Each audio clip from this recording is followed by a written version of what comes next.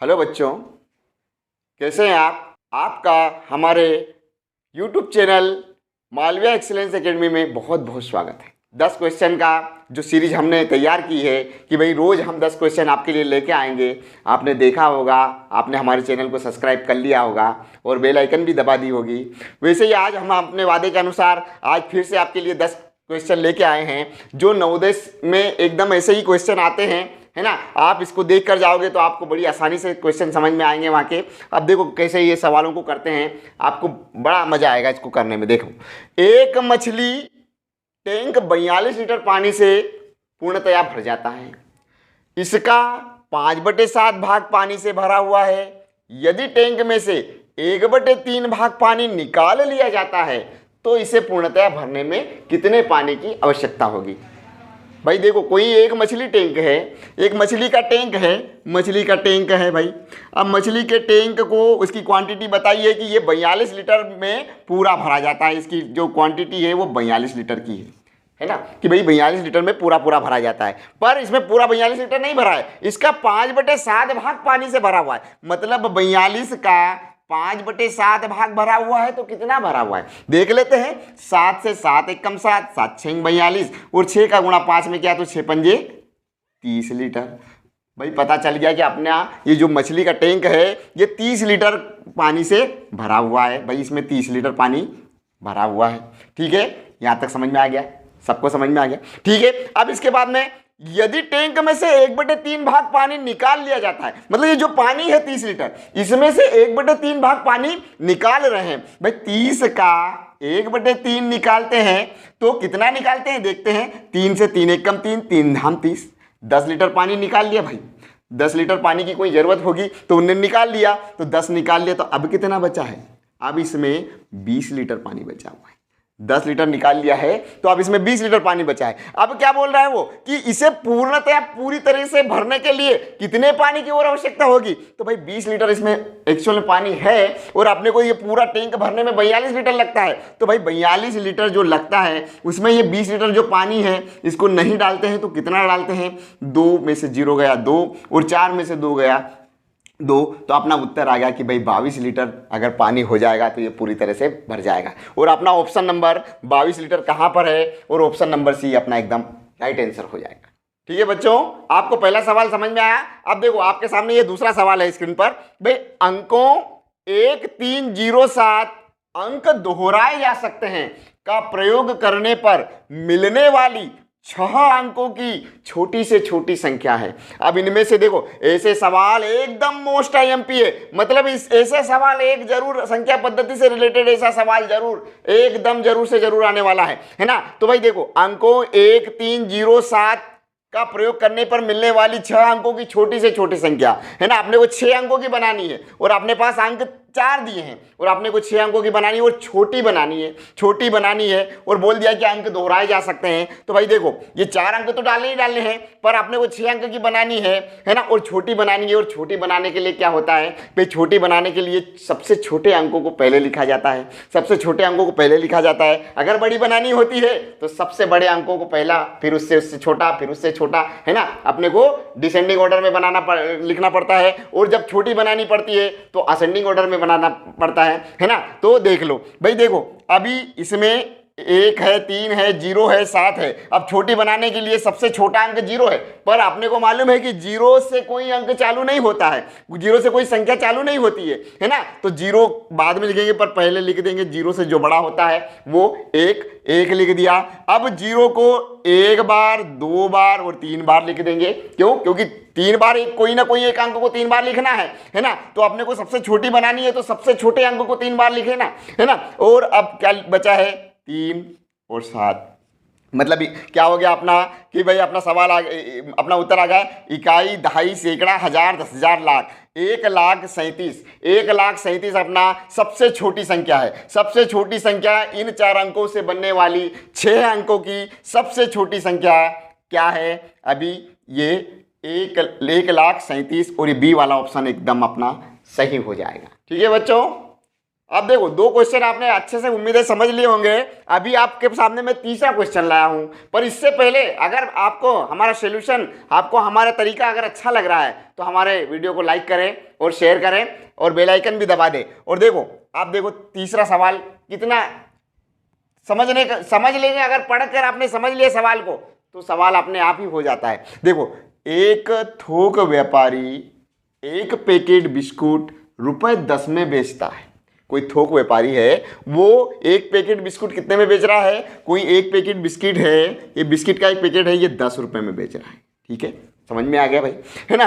अब क्या हो रहा है, किंतु 10 बिस्कुट के पैकेटों का एक पैक, ये कोई बड़ा पैक है, एक बड़ा पैक है, उसमें 10 बिस्किट के पैक आ रहे हैं भाई, उसमें 10 बिस्किट के पैक आ रहे हैं, है ना, उसमें 10 बिस्किट के पैक आ रहे हैं, ऐसे 10 बिस्किट के पैक आएंगे, है ना, ऐसे 10 बिस्किट के पैक आ गए, है ना, 10 बिस्किट के पैक आ गए हैं। उनको कितने में बेच रहा है?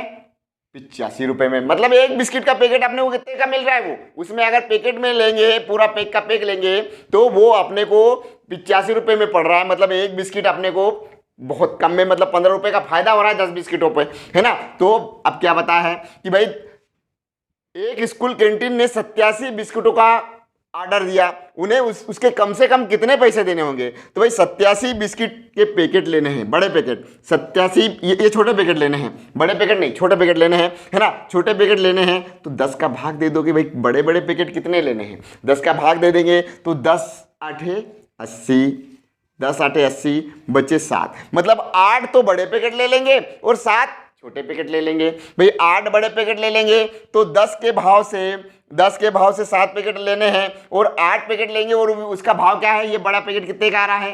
₹85 का। मतलब ₹85 के एक पैकेट आ रहा है तो अपने को 8 बड़े पैकेट लेने हैं, तो 8 का गुणा कर देते हैं। 8 पंजे 40, 8 8 64, और हाथ का जो 4 गया था वो जोड़ा तो 68 हो गया, है ना। ₹680 के तो ये बड़े पैकेट आ जाएंगे और जो ₹10 वाले छोटे पैकेट है जो खुले लेने हैं वो 7 पैकेट लेने हैं, तो 10 का गुणा 7 में कर देंगे तो 10 7 70 इसके हो जाएंगे। तो कुल मिला के कितने पैसे देने होंगे? 8 और 7 15 के 5 हाथ क्या 1 6 और 1 7, ₹750 में वो 87 पैकेट आराम से ले पाएंगे और अपना ऑप्शन जो डी वाला है वो एकदम राइट हो जाएगा। ठीक है बच्चों, अब आपके सामने सवाल नंबर 4 है। बहुत ही सरल सवाल है, HCF से रिलेटेड सवाल है और ऐसे सवाल एकदम मोस्ट IMP है। जरूर से जरूर ऐसे सवाल एक आध आपको क्वेश्चन में पेपर में जरूर मिल जाएगा। देखो 64, 120 तथा 144 का मसा HCF है ना। अपने को इनका HCF बताना है, इनका हाईएस्ट कॉमन फैक्टर बताना है। ऐसा फैक्टर बताना है कि जिसका भाग 64 में भी चला जाए, 120 में भी चला जाए और 144 में भी चला जाए। ठीक है बच्चों, अब देखो, अब आपने को इनका सबसे पहले इसका हाईएस्ट कॉमन फैक्टर निकालने के लिए अपन क्या करते हैं? अपन इनके प्राइम फैक्टर निकालते हैं, अभाज्य गुणनखंड निकाल लेते हैं। ठीक है, तो 64 के अभाज्य गुणनखंड निकाल लेते हैं। सबसे पहले तो 2 का भाग जाएगा, पीछे 4 है तो इकाई अंक में जिस भी संख्या के इकाई अंक में 0 2 4 6 या 8 हो तो उसमें 2 का भाग आराम से चला जाता है, ये अपने को पता है। तो 2 से दे देते हैं, 2 तिया 6, 2 दूनी 4, फिर 2 से जाएगा 2 1 कम 2, 2 6 12, फिर 2 से जाएगा 2 8 16, फिर 2 से जाएगा 2 चौके 8 और फिर जाएगा 2 दूनी 4 और फिर जाएगा 2 1 कम 2। ठीक है, ऐसे ही प्राइम फैक्टर इसके 120 के भी निकाल लेते हैं, 120 के भी प्राइम फैक्टर निकाल लेते हैं। 2 से जाएगा 2 6 12, 0 का 0, 2 से 2 तिया 6, 0 का 0, फिर 2 से 2 1 कम 2, 2 पंजे 10, फिर 2 से अब नहीं जाएगा, अब 3 से जाएगा, 3 पंजे 15 और 5 से जाएगा तो 5 1 कम 5। ऐसे ही अपन 144 के भी निकाल लेते हैं प्राइम फैक्टर, है ना। 144 के भी प्राइम फैक्टर निकाल लेते हैं। 2 से 2 7 14, 2 दूनी 4, 2 से 2 तिया 6, 2 6 12, फिर 2 से 2 1 कम 2, 2 8 16, फिर 2 से 2 नाम 18, अब 3 से जाएगा तो 3 1 कम 3 3 9, है ना, 3 3 9 और अब 3 से 3 1 कम 3। ठीक है, अपन ने प्राइम फैक्टर निकाला। अब जो इनमें तीनों में जो कॉमन चीज़ें हैं, जो कॉमन फैक्टर हैं वो अपन निकालेंगे, उनके जोड़े बना लेंगे। भाई इसमें 1 2, इसमें का 1 2 और ये 2 निकाल लिया तो 1 2 बाहर आ गया। ठीक है, फिर ये 2 ये 2 ये 2, इसमें से फिर 1 2 बाहर निकल आया, फिर इसमें भी है, इसमें भी है, इसमें भी है, तो फिर निकाल लिया। अब देखो इसमें 2 है पर इसमें 3 2 थे अब नहीं है ना, तो हटाओ। अब 3 इसमें है, इसमें नहीं है, इसमें है, 5 इसमें, मतलब अब कोई ऐसा कॉमन फैक्टर नहीं है, ऐसा कोई प्राइम फैक्टर कॉमन नहीं है जो इन तीनों में मिल जाए, है ना। तो इनका जो हाईएस्ट कॉमन फैक्टर हो जाएगा, इनका HCF हो जाएगा 2 दूनी 4, 4 दूनी 8 और अपना 8 आंसर हो जाएगा कि इनका हाईएस्ट कॉमन फैक्टर 8 है और ऑप्शन नंबर बी अपना एकदम राइट आंसर हो जाएगा। अब आपके सामने 5वां सवाल लाया हूँ जो बहुत ही मोस्ट रिपीटेड सवाल है और बच्चे इसमें फंस जाते हैं और गुणा भाग करके ढूंढने लग जाते हैं कि भाई ऑप्शन कौन सा है, क्या है। पर देखो, जब भी अपने को पता होना चाहिए कि ऐसे क्वेश्चनों को पढ़ के देखो 23,208 गुणित 254 गुणित 0 गुणित 126 बराबर क्या आएगा। तो देखो, इसमें जिसमें भी गुणा में 0 आ गया, कोई भी संख्याओं में गुणा में 0 आ जाए तो समझ लेना कि इसका उत्तर हमेशा 0 ही होगा। गुणा में 0 हो जाएगा तो उसका उत्तर हमेशा 0 होगा बच्चों, ठीक है। तो इसका उत्तर सी वाला ऑप्शन अपना एकदम सही हो जाएगा, इसका आंसर 0 आएगा, ठीक है बच्चों। अब आपने हो गए 5 सवाल। अब अपना 6वां सवाल आपके सामने ये है, बहुत ही अच्छा सवाल है, देखते हैं। ए एक संख्या है, ए में 5 जोड़कर प्राप्त संख्या को 10 से गुणा कीजिए। इस गुणनफल में से 8 घटाकर प्राप्त संख्या को 2 से भाग देने पर 151 प्राप्त होता है, तो संख्या ए क्या है। ठीक है, बहुत अच्छा सवाल है। अपने को जैसा सवाल इंस्ट्रक्शन देते जा रहा है, जैसे बताते जा रहा है, वैसे अपने को करते जाना है। कोई संख्या ए है, ये ए संख्या है भाई, है ना। उसमें क्या करना है, 5 जोड़ना है, ये 5 जोड़ दिया, ठीक है।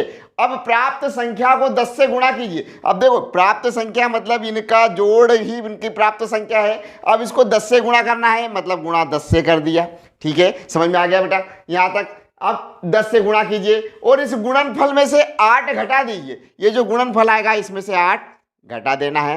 अब 8 घटाने के बाद क्या बोल रहा है कि संख्या को 2 से भाग देना है, जो प्राप्त संख्या है। इतना करने के बाद जो संख्या अपने को मिल रही है, जो आ रहा है उत्तर, उसमें 2 का भाग दे देना है। और जब ये 2 का भाग दे देते हैं तो क्या आ जाता है, 151 प्राप्त होता है। मतलब इसका मान कितना आ जाता है, 151। बन गया सवाल बेटा। अब इसको आसानी से अपन हल कर सकते हैं, ठीक है, कर लेते हैं। देखो, 10 का गुणा करना है तो इन दोनों पदों में करना पड़ेगा। ए में भी होगा 10 का गुणा और 5 में भी होगा 10 का गुणा। कर देते हैं। 10 का गुणा ए में किया तो 10a, ठीक है। धन है तो धन लगा दिया। 10 का गुणा 5 में किया तो 10 अपनजे 50, ऋण 8 बटे 2 बराबर 151, ठीक है। समझ में आ गया बेटा। अब क्या करना है, अब क्या करना है, ये 10a धन 50 में से 8 जाएगा तो 42 बचेगा और बटे में 2 बराबर 151। अब देखो, ये जो भाग की संख्या, अपने को तो ए को अकेला यहाँ रखना है, इसलिए जो भाग की संख्या है उसको उस पार पहुंचा देना है। ये नीचे वाली संख्या को, सब जितनी भी संख्या है उनको उस पार धीरे धीरे करके पहुंचाना है। तो 2 भाग का है, इस पार जाएगा तो काय में जाएगा, गुणा में चला जाएगा। तो 10a धन 42 बराबर 151 गुणित 2, ठीक है बेटा। समझ में आ गया। अब देखो, अब गुणा कर लेते हैं। तो 10a धन 42 बराबर 2 का गुणा किया तो 2 1 कम 2, 2 पंजे 10 की शून्य, हाथ क्या है 1, 2 1 कम 2 और 1 3, 302, है ना। तो क्या है अपना कि भाई 10a धन 42 बराबर 302, ठीक है। अब देखो, अपने को एक का मान ज्ञात करना है। तो ये देखो, ये 42 है, ये प्लस में है, इसको उस पार ले जाएंगे तो ये काय में जाएगा, माइनस में। 10a बराबर 302 और ये 42 धन का जो है वो उधर जाके ऋण का हो गया, ठीक है। अब घटा देते हैं 302 में से 42, तो 10a बराबर 2 में से 2 गया, बचा 0 और यहाँ 10 में से 4 गए, बचे 6 और यहाँ 2 बचा है, ये 260। मतलब अपना 10a बराबर 260 आ गया। अपने को a का मान ज्ञात करना है ना, तो a को अकेला रख दिया, 10 को भी उधर पहुंचा दिया बराबर के उस पार। तो 10 गुणा में है यहाँ पे, तो ये भाग में चला जाएगा और 10 भाग में चला गया, 0 से 0 कैंसिल हो गया और अपनी a की वैल्यू आ गई 26। मतलब वह संख्या क्या है, वह संख्या 26 है, जिसमें अगर 5 जोड़ेंगे और 10 से गुणा करेंगे और 8 घटाएंगे और 2 का भाग देंगे तो 151 प्राप्त होगा। तो अपना उत्तर आ गया 26 और 26 अपना ऑप्शन कौन सा है, ऑप्शन नंबर सी अपना एकदम राइट आंसर हो जाएगा, ठीक है बच्चों। चलो, अब आपके सामने मैं सवाल नंबर 7 लेके आया हूं, जो साधारण ब्याज से संबंधित सवाल है ना। तो ध्यान से समझना बेटा कैसे ऐसे सवालों को करा जाता है, ठीक है। साधारण ब्याज की किस दर से 4 वर्ष में रुपये 28,000 पर साधारण ब्याज रुपये 7,000 हो जाएगा। ठीक है, अपने को समझ में आ जाना चाहिए कि भाई पढ़ते ही सवाल को समझ में आ जाना चाहिए कि पूछा क्या है, दिया क्या है। ठीक है, साधारण ब्याज की किस दर पर, मतलब आपने को पूछ लिया है इसमें कि दर प्रतिशत आपने को पूछी है, मतलब आपने को दर प्रतिशत पूछी है भाई, समझ में आ गया है ना। और पैसा चार वर्ष में समय दे दिया है, समय 4 वर्ष, समय बराबर 4 वर्ष है ना। और पैसा दिया है कि रुपये 28,000 पर, रुपये 28,000 पर मतलब मूलधन हो गया है, मूलधन बता दिया है कि कितना है 28,000, 28,000 पर साधारण ब्याज रुपये 7,000 हो जाता है। तो साधारण ब्याज भी दे दिया है कि साधारण ब्याज बराबर कितना हो जाता है 7,000। ठीक है, अपने को दर परसेंट ज्ञात करनी है, समय मिल गया है, मूलधन है, साधारण ब्याज है, तो आराम से दर का सूत्र लगा के अपन अपना दर का सूत्र लगा के अपन दर परसेंट ज्ञात कर सकते हैं। तो दर प्रतिशत बराबर साधारण ब्याज गुणित 100 बटे मूलधन गुणित समय। ठीक है बेटा, ठीक है, समझ में आया। अब देखो जो जहां पर जिसका जहां लिखा है साधारण ब्याज की जगह पे साधारण ब्याज की वैल्यू लिख देंगे, है ना, मूलधन की जगह पे मूलधन रख देंगे और समय की जगह समय रख देंगे और दर परसेंट अपनी आराम से निकल आएगी। ठीक है, साधारण ब्याज कितना है 7,000 गुणा 100 बटे मूलधन कितना है, मूलधन है 28,000 गुणा समय कितना दिया है 4 वर्ष।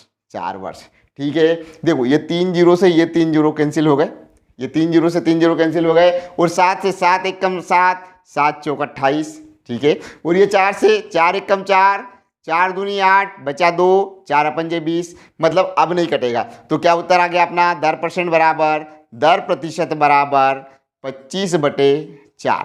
जब 25/4 प्रतिशत, 25/4% आ गई, पर इसमें अपने ऑप्शन में कहीं नहीं है। पर आपने को देखो इसको मिक्स्ड फ्रैक्शन में दिया, इसको मिक्स्ड फ्रैक्शन बना लेते हैं। तो 4 का टेबल लो 25 आ जाए, तो 4 का टेबल 25 कितनी बार में आता है, 4 6 24, 6 बार में 24 आता है और बच गया 1, 6 सही 1/4% की दर लग रही है। अपने दर परसेंट आ गई कि 6%, 6 सही 1/4%, और 6 सही 1/4% कौन सा ऑप्शन है अपना, और ऑप्शन नंबर बी अपना एकदम राइट आंसर हो जाएगा बेटा। ठीक है बच्चों, चलो अब आपके सामने 8वां सवाल है, संख्या पद्धति से रिलेटेड सवाल है ये कि भाई 6 अंकों की सबसे बड़ी संख्या और सबसे छोटी संख्या का अंतर है। अपने को 6 अंक की संख्या सबसे बड़ी मालूम होना चाहिए कि 6 अंक की सबसे बड़ी संख्या क्या है। तो 6 अंक की सबसे बड़ी संख्या होती है 6 बार 9 लिख दो, बस ये 6 अंक की सबसे बड़ी संख्या होती है। और 6 अंक की सबसे छोटी संख्या क्या होती है, तो 6 अंक की सबसे छोटी संख्या 1 लिख दो और 0 लिख दो 5, ये हो गई 1 अंक की सबसे छोटी 6 अंक की सबसे छोटी संख्या। ठीक है, 6 अंक की सबसे बड़ी संख्या और 6 अंक की सबसे छोटी संख्या में अंतर है, तो अंतर है मतलब घटा देना है, तो घटा देते हैं। 9 में से 0 गया बचा 9, 9 में से 0 गया बचा 9, 9 में से 0 गया बचा 9, 9 में से 0 गया बचा 9, 9 में से 0 गया बचा 9 और 9 में से 1 गया बचे 8, मतलब अपना आ गया उत्तर 8,99,999। 8,99,999 कौन से ऑप्शन में है बच्चों, देख लेते हैं। तो अपना ऑप्शन नंबर डी एकदम राइट हो जाएगा कि 8,99,999 ऑप्शन नंबर डी में है। मतलब 6 अंक की सबसे बड़ी संख्या और सबसे छोटी संख्या का अंतर 8,99,999 होता है। ठीक है बच्चों, सवाल नंबर 9 है जो लाभ हानि से रिलेटेड सवाल है, बहुत ही मोस्ट आईएमपी सवाल है। पर इससे पहले अगर आपको हमारा ये सॉल्यूशन अच्छा लग रहा हो तो प्लीज़ हमारे चैनल को लाइक कर दीजिए। ठीक है, देखो सवाल है आपके सामने, एक कार 16% की हानि पर रुपये 42,000 में बेची गई, कार का क्रय मूल्य क्या है। ठीक है भाई, एक कार है, कोई कार है वो 16% हानि पर बेच दी है ना, और वो भी 42,000 में बेची गई है, तो उसका क्रय मूल्य अपने को ज्ञात करना है। देखो कार का विक्रय मूल्य दिया है, कार का विक्रय मूल्य मतलब कार का विक्रय मूल्य दिया है कि कितने में बेची है उसको, कार का विक्रय मूल्य दिया है कितने में बेची है 42,200, 42,000 में है ना, 42,000 में। ठीक है, और उसको उस पर हानि कितने परसेंट की हो रही है, उसको हानि हो रही है, हानि प्रतिशत हो रही है उसको कितने परसेंट की, 16% की। देखो इसको बहुत ही सरलता से भी अपन समझ सकते हैं अपनी भाषा में कि भाई देखो कोई भी चीज़ की वैल्यू होती है वो हमेशा 100% होती है, उसकी वैल्यू या उसकी कीमत हमेशा 100% होती है, उसका क्रय मूल्य हमेशा 100% होता है। अब देखो अब 100% की कोई चीज़ को 100% में कोई खरीद के लाया और उसको 16% कम में बेच दिया, तो 16% कम में बेच दिया मतलब 16% कम में बेचा मतलब 84% में बेच दिया। ठीक है बच्चों, ठीक है, समझ में आ गया कि भाई जो 100% की कोई चीज लेके आया और उसको 16% कम में बेचा है तो 84% में बेच दिया है। अब 84% में बेच दिया मतलब 84% कितने बराबर है, 42,000 में, है ना। 84% अगर में बेचा है तो 42,000 में बेचा है। ठीक है, ठीक है। अब देखो 84% का मतलब होता है 84/100। 84/100 में अगर बेचता है तो 42,000 में, और जब 84/100 अगर बेचता है 42,000 में तो 100% का मान क्या होगा, बस सीधा सिंपल सा फार्मूला है, सिंपल सी चीज़ है कि ये जो नीचे वाला है उसको ऊपर ले जाओ, ऊपर वाला नीचे ले जाओ, आपको 100% का मान पता चल जाएगा। ठीक है, तो इस 100 का गुणा कर दिया, 100 गुणा में चला गया और ऊपर वाला नीचे आ गया। ठीक है, चलो ठीक है। अब देखो इसको अपन 2 से भी कट जाएगा, चलो 2 से ही काट लेते हैं। 2 दूनी 4, 2 एक कम 2, 0 0। इसको भी 2 चौक 8, 2 दूनी 4। ठीक है, अब देखो यहाँ 21 दिख रहा है, यहाँ 42 दिख रहा है, तो देखो 21 के टेबल में 42 आराम से आ जाता है। 21 दूनी 42, तो 21 से ही काट देते हैं। 21 एक कम 21 और 21 दूनी 42। ठीक है, अभी भी 2 से काट देते हैं। 2 से 2 पंजे 10, 500 बार। और अब 500 का गुणा 100 में करना है कि 500 गुणित 100, 500 गुणित 100 और 500 गुणित 100 करेंगे तो इसका उत्तर आ जाएगा 50,000, है ना। 50,000 मतलब 100% की वैल्यू निकल आई कि वो चीज कितने की, वो कार कितने की थी, वो कार 50,000 रुपए की थी, उसका क्रय मूल्य कितने का था, 50,000 रुपए का। और 50,000 कहाँ है, अपना ऑप्शन नंबर बी एकदम करेक्ट आंसर हो जाएगा। ठीक है बच्चों, देखो अब आपके सामने सवाल नंबर 10 और आज का आखिरी सवाल लेके आया हूं, और बहुत ही अच्छा सवाल है ये, है ना। तो आपको ये से सवाल अगर आपने बना दिए तो लगभग आपकी सफलता निश्चित हो जाएगी। देखो कैसे समझना है, बड़ी सरलता से समझ जाओगे आपको ऐसे सवाल कैसे करने हैं, बड़े आराम से सीखते हैं। चलो देखते हैं कैसे करते हैं। एक आयत की लंबाई इसकी चौड़ाई की 5/4 गुना है। यदि आयत का परिमाप 144 मीटर है तो आयत का क्षेत्रफल क्या है। देखो भाई, अब कोई आयत है, जब आयत की बात हो तो अपने दिमाग में आकृति बननी चाहिए कि भाई आयत की बात हो रही है, किसी आयत की बात हो रही है जिसकी भुजाएं आमने सामने की इक्वल होती है वो आयत होता है, जिसकी भुजाएं आमने सामने की बराबर होती है वो उसे आयत कहते हैं। दिमाग में सबसे पहले उसकी आकृति आनी चाहिए। अगर वर्ग की बात हो, वर्गाकार की बात हो तो दिमाग में आ जाना चाहिए कि जिसकी चारों भुजाएं इक्वल है वो वर्ग होता है, और जिसकी आमने सामने की भुजाएं इक्वल होती है वो आयत होता है। तो एक आयत की लंबाई इसकी चौड़ाई की 5/4 है, मतलब इसकी कोई चौड़ाई है उसकी 5/4 है लंबाई। मतलब अगर आपने कोई चौड़ाई नहीं मालूम है, आप चौड़ाई मालूम होगी उसका 5/4 निकालेंगे, है ना। तो सबसे पहले तो चौड़ाई मालूम नहीं है, तो चौड़ाई अगर पता नहीं है तो लिख लेंगे कि भाई माना की चौड़ाई कितनी है, x मीटर है।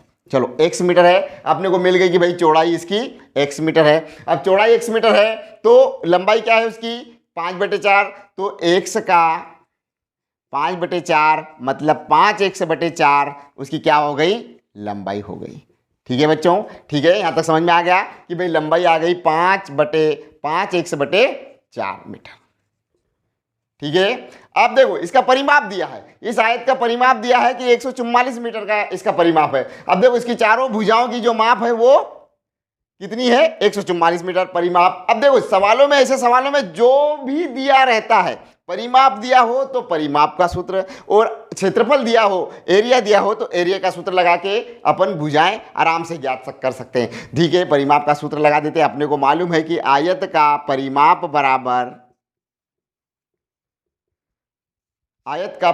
बराबर 2 कोष्टक में लंबाई धन चौड़ाई। ठीक है, रख देते हैं। आयत का परिमाप दिया है अपने को 144 मीटर, है ना, बराबर 2 कोष्टक में लंबाई कितनी है 5x/4 धन चौड़ाई कितनी है x मीटर। ठीक है, अब सोल्व कर लेते हैं। पहले कोष्टक को सोल्व कर लेते हैं। 144 बराबर 2। ठीक है, अब देखो इनको सोल्व करने के लिए क्या करते हैं, भिन्नों को सोल्व करने के लिए हरों का एलसीएम लेते हैं। 4 और 1 का एलसीएम लिया 4। अब 4 का भाग दिया 4 में एक बार और 1 का गुणा 5 में किया तो 5x।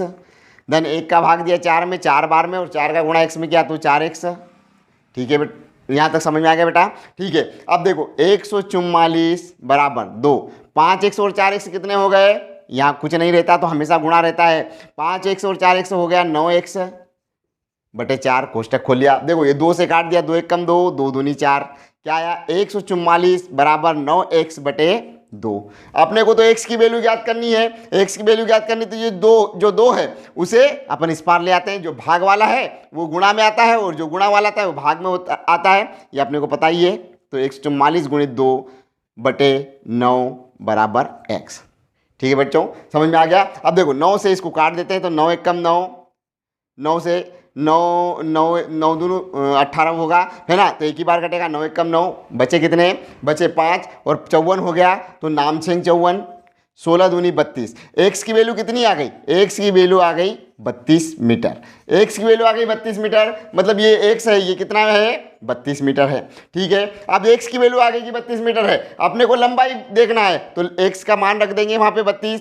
तो 5 बटे 4 गुणित 32, 4 से काटा तो 4 8 32 और 8 पंजे 40 और अपने को इसकी लंबाई मिल गई कि भाई 40 मीटर की लंबाई है। अपने को देखो चौड़ाई भी मिल गई है, लंबाई भी मिल गई है, अब दोनों चीजें मिल गई। अब सवाल में क्या पूछा है, तो आयत का क्षेत्रफल है, आयत का अपने को क्षेत्रफल ज्ञात करना है और आयत का क्षेत्रफल का सूत्र अपने को मालूम है कि लंबाई गुणित चौड़ाई। आयत का क्षेत्रफल बराबर, आयत का क्षेत्रफल बराबर